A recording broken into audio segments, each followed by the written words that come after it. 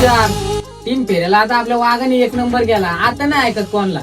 अरे पंकज, आज एवढे मोठे मोठे गाडा मालक आहेत, ते कायम त्यांचं बैल नंबरात असतात, ते कधी गर्व करत नाही. आणि आज तू 1 नंबर केला, एवढा हळू उडायला लागला.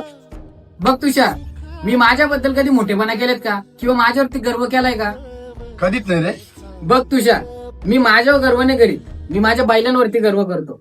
आणि गर्व मीच काय, प्रत्येक बैलगाडा मालकाने आपल्या बैलावरती घमंड करावा आणि तो असावा.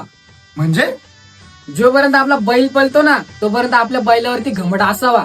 कारण की एकदा आपला बैल थांबला ना, त्यानंतर आपल्याला कोण नाही विचारत. जे आपल्यावर फिरतेत ना, ते पण आपल्याला नंतर विचारत नाही. म्हणून गर्व करा, पण योग्य गोष्टीवरती करा.